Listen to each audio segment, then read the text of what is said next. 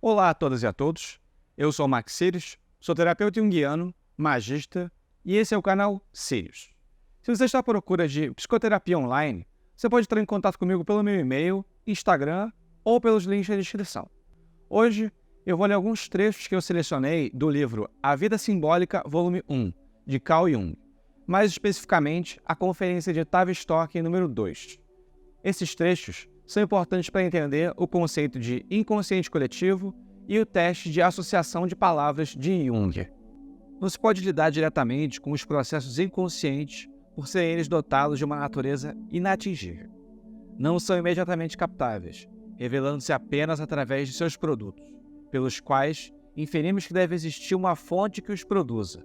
Essa esfera obscura é denominada inconsciente. Apesar dos processos inconscientes não serem diretamente observáveis, podemos classificar seus produtos, que atingem o limiar da consciência, em duas classes. A primeira contém material reconhecível, de origem definidamente pessoal. São aquisições do indivíduo ou produto de processos instintivos que completam e integram a personalidade. Há ainda os conteúdos esquecidos ou reprimidos, mais os dados criativos. Nada existe de peculiar em tais fatores. Em outras pessoas, os elementos a que nos estamos referindo podem ser conscientes. Muita gente está consciente de coisas que outras ignoram. Dê a essa classe de conteúdos o nome de mente subconsciente ou inconsciente pessoal, porque, dentro dos limites do nosso julgamento, creio ser tal camada inteiramente composta de elementos pessoais e componentes da personalidade humana em seu todo. A seguir, há outra classe de conteúdos, cuja origem é totalmente desconhecida ou, pelo menos, tais fatores têm origem que não pode, em hipótese alguma, ser atribuída a aquisições individuais. Sua particularidade mais inerente é o caráter mítico. É como se pertencessem à humanidade em geral, e não a uma determinada psique individual. Ao defrontar-me pela primeira vez com tais conteúdos, perguntei-me se sua origem não era hereditária e acreditei que pudessem ser explicados através da herança racial. A fim de esclarecer esse problema, fui para os Estados Unidos estudar os sonhos dos negros de raça não misturada e cheguei à conclusão de que tais imagens não têm nada a ver com o problema de sangue ou herança racial. E também não são adquiridos pelo indivíduo, são próprias da humanidade em geral, sendo, pois, de natureza coletiva. Dei o nome de arquétipos a esses padrões coletivos, valendo-me de uma expressão de Santo Agostinho. Arquétipo significa tipos, impressão, marca impressão. Um agrupamento definido de caráter arcaico que, em forma e significado, encerra motivos mitológicos, os quais surgem em uma forma pura nos contos de fada, nos mitos, nas lendas e no folclore. Alguns desses motivos mais conhecidos são a figura do herói, do redentor, do dragão, sempre relacionado com o herói, que deverá vencê-lo, da baleia ou do monstro que engole o herói.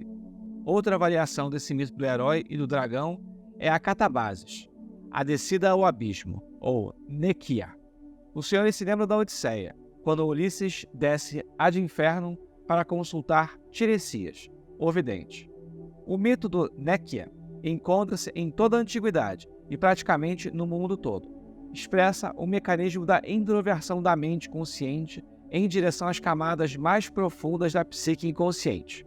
Desse nível, derivam os conteúdos de caráter mitológico ou impessoal, em outras palavras, os arquétipos que denominei inconsciente coletivo ou impessoal. Com relação a esse ponto, posso traçar apenas um esboço mínimo, mas é possível dar aos senhores um exemplo do seu simbolismo e de como procedo para discriminá-lo do inconsciente pessoal. Na América, quando de minha investigação sobre o inconsciente dos negros, tinha em mente esse problema particular. São tais matrizes coletivas herdadas racialmente ou serão elas categorias a priori da imaginação, como dois franceses, Hubert e Mauss, as denominaram, independentemente do meu trabalho sobre o mesmo problema. Um negro contou-me um sonho que surgia a figura de um homem crucificado sobre uma roda. Não veio ao caso revelar o sonho todo. Evidentemente, continha alusões a fatos pessoais, bem como elementos de significado impessoal, mas dele recolhi apenas o motivo que mencionei há pouco. Era um negro do sul, sem cultura ou inteligência que particularmente se destacassem. Seria bem mais provável, dado o caráter religioso dos negros, que o negro tivesse sonhado com um homem crucificado numa cruz. A cruz seria uma aquisição pessoal, mas a crucificação numa roda é bem mais improvável no seu contexto cultural. Trata-se de imagens bastante incomuns. É evidente que não posso provar que, por alguma coincidência, o homem não tenha visto alguma gravura, ou ouvido alguma coisa que, mais tarde, o levara a sonhar com essa figura. Mas, caso não tenha acontecido nada disso, estaremos diante de uma imagem arquetípica porque a crucificação sobre a roda é um motivo mitológico. É a velha roda do Sol, e o sacrifício propiciatório se dirige ao Rei Sol, da mesma forma que sacrifícios humanos e de animais eram oferecidos para a fertilidade da terra. A roda do Sol é uma ideia arcaica, talvez a ideia religiosa mais velha de que se tenha conhecimento. Podemos atribuí-la a eras mesolíticas e paleolíticas, como o provam esculturas da Rodésia. A roda realmente só apareceu na Idade do Bronze. No Paleolítico, ainda não foi inventada.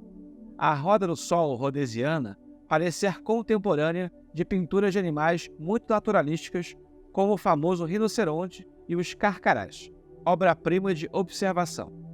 A roda do Sol rodesiana é, portanto, uma visão original, provavelmente a imagem solar arquetípica. Mas tal imagem não é naturalística, pois se encontra sempre dividida em 4 ou 8 partes. Essa esfera de centro dividido é um símbolo que pode ser encontrado ao longo de toda a história da humanidade, bem como nos sonhos dos indivíduos que vivem no mundo atual. Podemos presumir que a invenção da roda originou-se mesmo nesta visão. Muitos de nossos inventos se originam de antecipações mitológicas e de imagens primordiais. Por exemplo, a arte da alquimia é mãe da química moderna. Nossa mentalidade científica partiu da matriz de nossa mente inconsciente. A ideia do inconsciente coletivo é bastante simples. Caso contrário, poder-se-ia falar de um milagre. E, em absoluto, não sou nenhum tipo de milagreiro. Atenho-me simplesmente à experiência.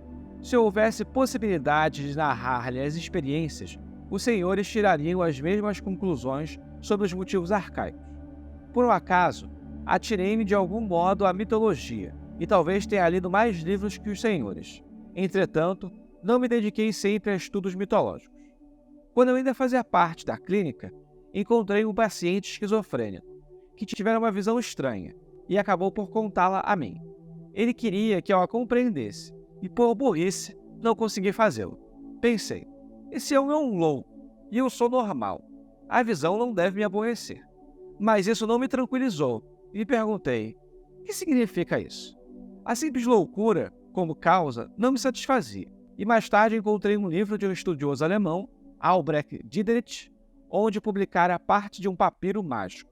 Estudei-o com interesse, e na página 7 encontrei, palavra por palavra, a visão do meu lunático. Levei um choque. Como é possível que esse sujeito tenha tido a mesma visão? Não se tratava apenas de uma imagem, mas de uma série delas, e de sua repetição literal por parte do paciente. Não vamos estender muito sobre isso, porque poderíamos tomar muito do tempo que temos disponível. Por ser um caso realmente interessante, resolvi publicá-lo. Para resumir, trouxe um diagrama. Parece um tanto complicado, mas, na verdade, é bem simples. Suponhamos que a nossa esfera mental se pareça com um globo iluminado, a superfície da qual emana a luz correspondente à função com a qual nos adaptamos predominantemente. Se formos do tipo racional, abordaremos as coisas através do pensamento, que é a nossa faceta mais visível para as pessoas. Será outra função se o nosso tipo for oposto. No diagrama, a sensação aparece como função periférica, através da qual se recebe informação sobre o mundo dos objetos exteriores. No segundo círculo, pensamento, entram as coisas recebidas pelos sentidos, e aí recebem um nome. A seguir, surgirá em relação a elas um sentimento, e no final, teremos uma certa consciência da origem e do destino das coisas percebidas, bem como da maneira pela qual elas se desenrolam no presente. É a intuição que nos faz ver o que está acontecendo atrás da esquina.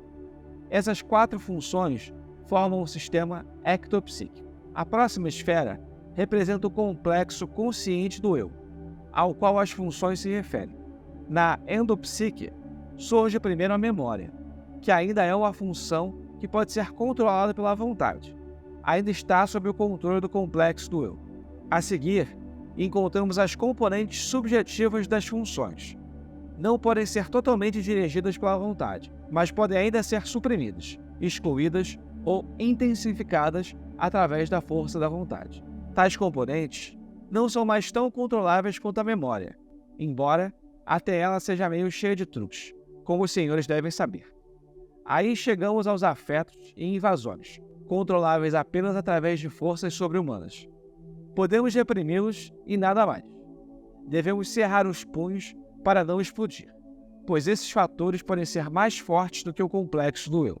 Nosso problema daqui para frente será: como abordaremos a face obscura da mente humana? Poderemos consegui-lo através de 3 métodos de análise: o teste da associação de palavras, a análise dos sonhos e a imaginação ativa.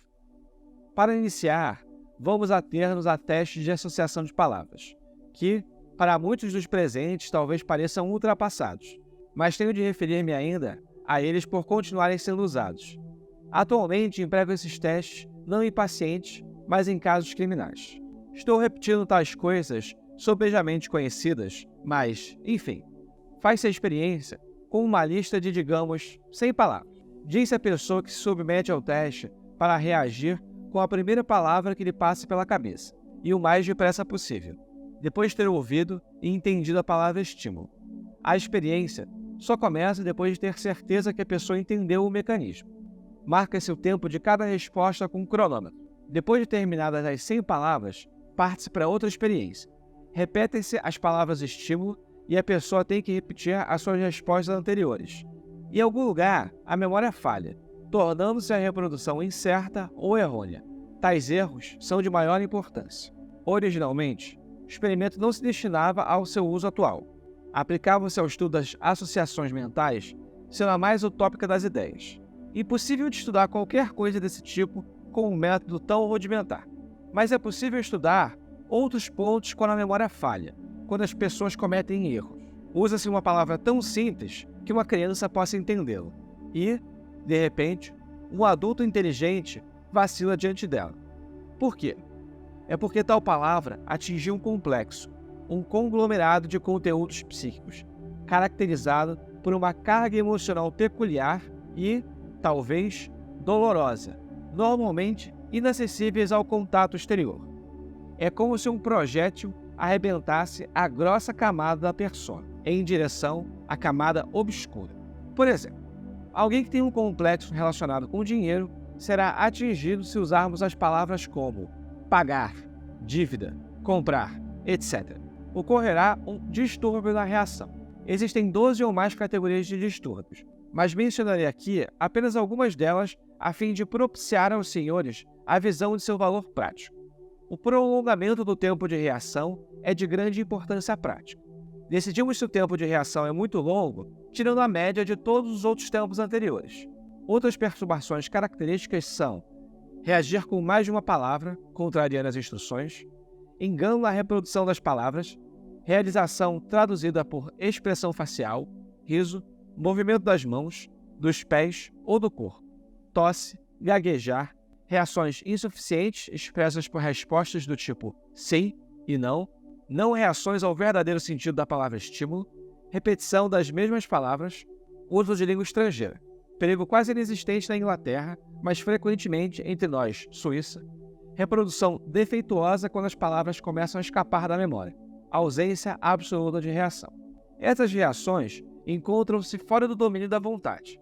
Se alguém dos presentes se submete à experiência, não haverá como escapar à verdade, nem se recusar a tomar parte, pois então já se sabe o que motivou a relutância.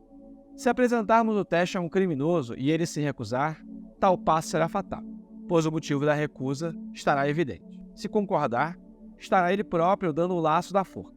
Em Zurique, sou chamado pela corte quando surge um caso difícil. Sou o último recurso. Vejamos outro caso. Muitos anos atrás, quando eu ainda era um médico recém-formado, um velho professor de criminologia perguntou-me sobre a experiência e afirmou não acreditar nisso. Não, professor. O senhor pode submeter-se a ela quando quiser. Convidou-me uma noite e apliquei-lhe o teste. Depois de 10 palavras, ele se cansou e disse: "O que você pode fazer com essas coisas? Daí não vai sair mais nada." Expliquei que não se pode conseguir nada com apenas 10 ou 12 palavras. Depois de 100, pode ser que surja alguma coisa. "E você pode fazer algo com o que tem aí?" "Muito pouco", respondi. "Mas posso dizer-lhe isso. Há bem pouco tempo, o senhor teve problemas financeiros. Faltou-lhe dinheiro. O seu medo é de morrer de doença cardíaca. Seus estudos devem ter sido feitos na França, onde o senhor teve um romance e tem voltado ultimamente à memória, pois, frequentemente, quando se tem medo de morrer, velhas e doces recordações retornam do ventre dos tempos. Como você descobriu isso?" Qualquer criança acertaria. Era um homem de 72 anos, que a palavra coração associa a dor, medo de morrer de 5. Associou morte a morrer, reação natural. E a dinheiro, muito pouco. Aqui também é normal. Então, as coisas começam a ficar surpreendentes. A pagar associou, depois de um tempo consideravelmente longo de reação, lassez-muse, embora nosso diálogo se desse em alemão. O motivo é a famosa figura da moeda francesa. Então, por que cargas d'água esse velhinho lhe diria lassez-muse? Quando chegou a palavra beijo, o tempo de reação tornou-se novamente longo e seus olhos brilharam quando ele disse: "Bonita." Aí, construí a história tranquilamente. O professor jamais se expressaria em francês se a língua não estivesse associada a um sentimento em particular. Então, devemos pensar na razão dele ter usado francês para exprimir-se. Será que ele tivera prejuízos com o franco francês? Não havia problemas de desvalorização nem de inflação naquele tempo. Certamente, esse não era o caminho. Eu estava em dúvida se a coisa era amor ou dinheiro. Mas quando chegamos a beijo, bonita, não houve dúvidas de que era amor. Ele não era o tipo de homem que iria à França em idade madura, mas estudara direito em Paris, provavelmente na Sorbonne. Foi relativamente simples alinhavar a história. Espero não ter dado a impressão de ter minhas preferências por qualquer uma das funções. A função dominante de um determinado indivíduo é sempre a mais diferenciada. Isso pode acontecer com qualquer uma delas. Não existe absolutamente critério que nos permita dizer se esta ou aquela função é a melhor. Podemos apenas afirmar que a mais diferenciada se presta à adaptação do indivíduo, e a que é mais excluída pela superior não consegue diferenciar-se, pela falta de uso. Há algumas pessoas modernas que não costumam afirmar que a intuição é a mais nobre das funções. Não há dúvida que pessoas menos perseverantes preferem a intuição. O tipo sensação sempre pensa que as outras pessoas são inferiores por não terem um senso do real tão agudo quanto ele o tem. Ele é o fulano real, e todos os outros são aéreos e fantásticos. Todo mundo julga sua função superior, como o máximo que se pode atingir. E a esse respeito, corremos o risco de fazer uma grande burrada, e a mais evidente. Para entendermos a verdadeira ordem das funções, é necessária em nossa consciência a mais severa crítica psicológica. Há muita gente pensando que os problemas mundiais podem ser perfeitamente resolvidos pelo pensamento, mas nenhuma verdade pode ser alcançada sem a intervenção das 4 funções. Quando se pensa o mundo, apenas se alcança 1/4 dele. Os 3/4 restantes podem voltar-se contra a gente. Como se pode determinar se uma coisa é consciente ou inconsciente? O único remédio é perguntá-lo a algumas pessoas. Não existe outro critério. Pergunta-se: "Você acha que teve alguma hesitação?" E me respondem: "Não, nenhuma, pelo menos que eu saiba. Todos os meus tempos de reação foram iguais." Você tem consciência de que alguma coisa o perturbou? "Não, não sei." Você se lembra que respondeu na palavra faca? "Não, não lembro, não." Essa ignorância de fatos é coisa das mais comuns. Quando me perguntam se eu conheço um determinado homem, posso responder que não, porque não lembro dele e, portanto, não estou consciente de conhecê-lo. Mas quando me dizem que eu encontrei há 2 anos atrás, que ele é fulano de tal, que faz tais e tais coisas, então eu respondo: é lógico que eu o conheço. Conheço e não conheço. Todos os conteúdos do inconsciente pessoal são relativamente inconscientes, mesmo o complexo de castração e o complexo de incesto. Eles são perfeitamente conhecidos em certos aspectos, embora não o sejam em outros. Essa relatividade da consciência torna-se indiscutível em casos estéreis.